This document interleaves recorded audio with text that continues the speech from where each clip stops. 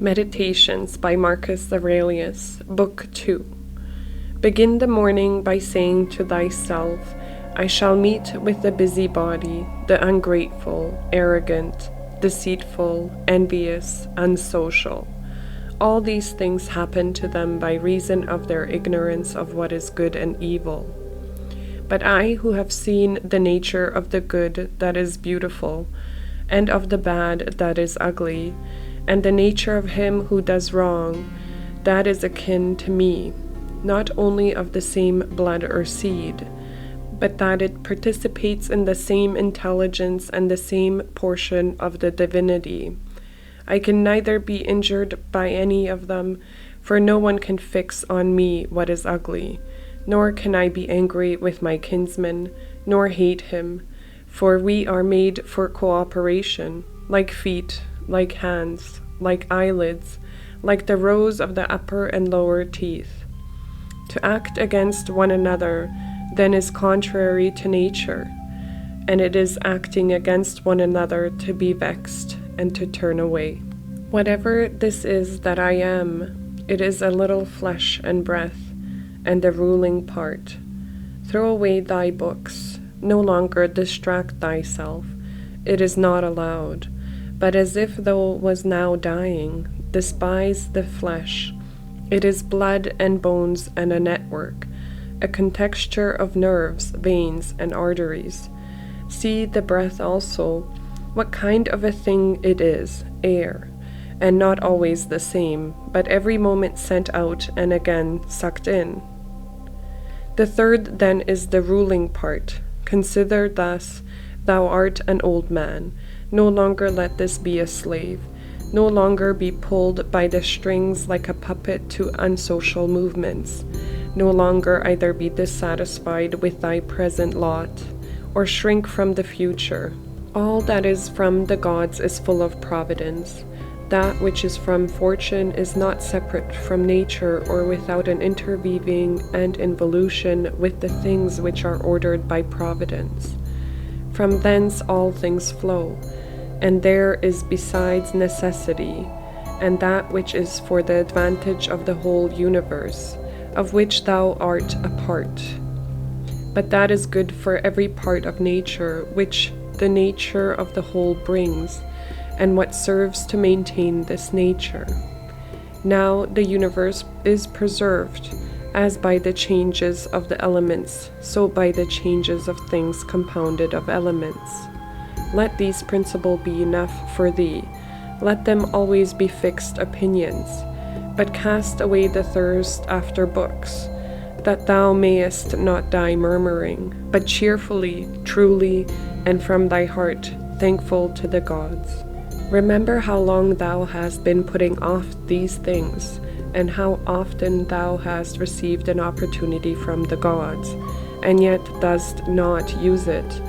Thou must at least perceive of what universe thou art a part, and of what administrator of the universe thy existence is in efflux, and that a limit of time is fixed for thee, which if thou dost not use for clearing away the clouds from thy mind, it will go and thou wilt go, and it will never return.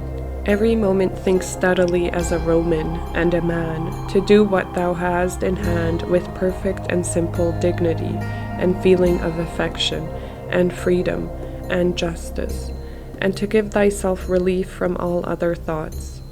And thou wilt give thyself relief, if thou dost every act of thy life as if it were the last, laying aside all carelessness and passionate aversion from the commands of reason, and all hypocrisy, and self-love, and discontent with the portion which has been given to thee.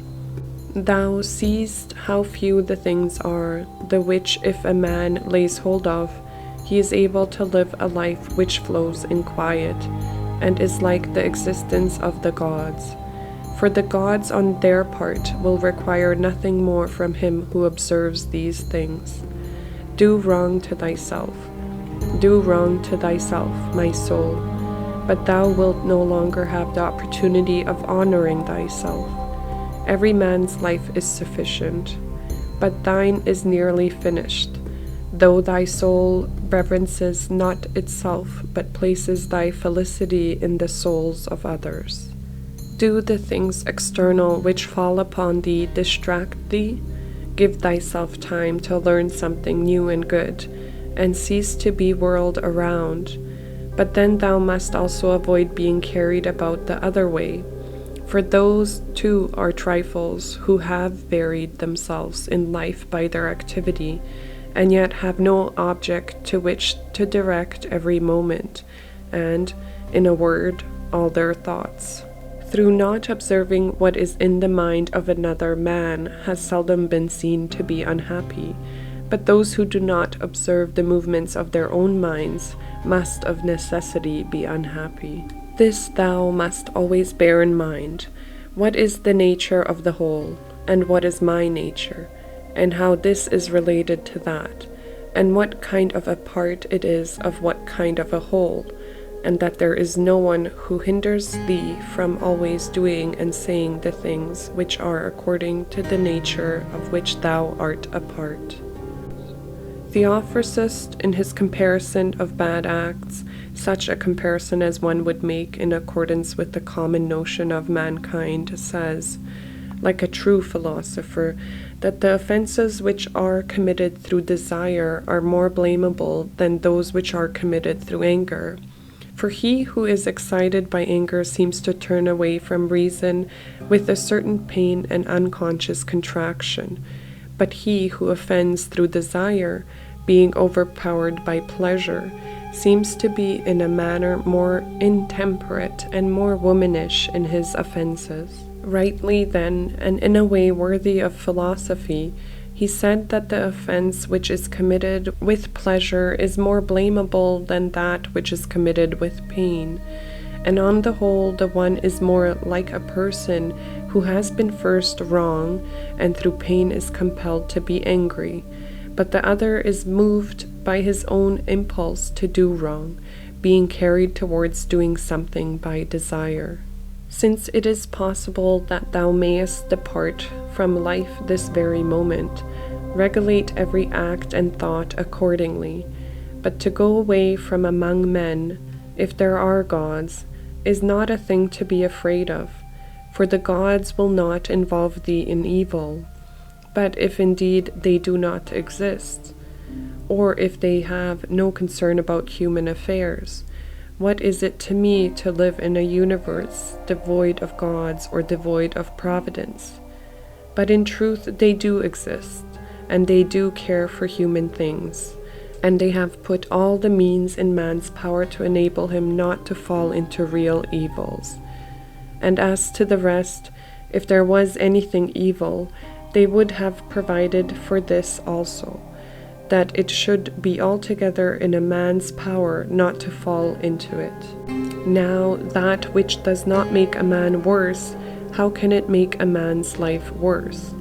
But neither through ignorance nor having the knowledge, but not the power to guard against or correct these things. Is it possible that the nature of the universe have overlooked them? Nor is it possible that it has made so great a mistake, either through want of power or want of skill, that good and evil should happen indiscriminately to the good and the bad. But death certainly, and life, honor and dishonor, pain and pleasure, all these things equally happen to good men and bad, being things which make us neither better nor worse. Therefore they are neither good nor evil. How quickly all things disappear, in the universe the bodies themselves, but in time the remembrance of them. What is the nature of all sensible things, and particularly those which attract with the bait of pleasure or terrify by pain, or are noised abroad by vapory fame? How worthless, and contemptible, and sordid, and perishable, and dead they are. All this it is the part of the intellectual faculty to observe too who these are whose opinions and voices give reputation, what death is, and the fact that if a man looks at it in itself, and by the abstractive power of reflection resolves into their parts all the things which present themselves to the imagination in it, he will then consider it to be nothing else than an operation of nature. And if anyone is afraid of an operation of nature, he is a child. This, however, is not only an operation of nature, but it is also a thing which conduces to the purpose of nature, to observe too how man comes near to the deity, and by what part of him, and when this part of man is so disposed. Nothing is more wretched than a man who traverses everything in a round, and pries into the things beneath the earth, as the poet says, and seeks by conjecture what is in the minds of his neighbors, without perceiving that it is sufficient to attend to the demon within him, and to reverence it sincerely. And reverence of the demon consists in keeping it pure from passion and thoughtlessness, and dissatisfaction with what comes from gods and men. For the things from the gods merit veneration for their excellence, and the things from man should be dear to us by reason of kinship, and sometimes even, in a manner, they move our pity by reason of men's ignorance of good and bad. This defect being not less than which deprives us of the power of distinguishing things that are white and black. Though thou shouldn't be going to live 3,000 years, and as many times 10,000 years, still remember that no man loses any other life than this which he now lives, nor lives any other than this which he now loses.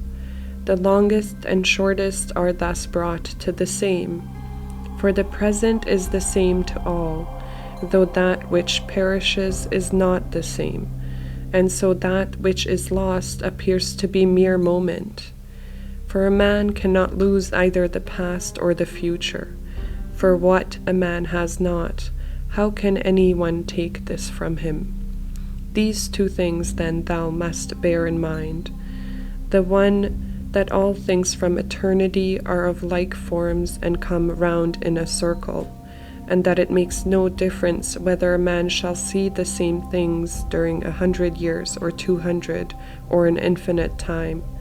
And the second, that the longest liver and he who will die soonest lose just the same, for the present is the only thing of which a man can be deprived. If it is true that this is the only thing which he has, and that a man cannot lose a thing if he has it not. Remember that all is opinion, for what was said by the cynic Monimus is manifest, and manifest too is the use of what was said, if a man receives what may be got out of it, as far as it is true.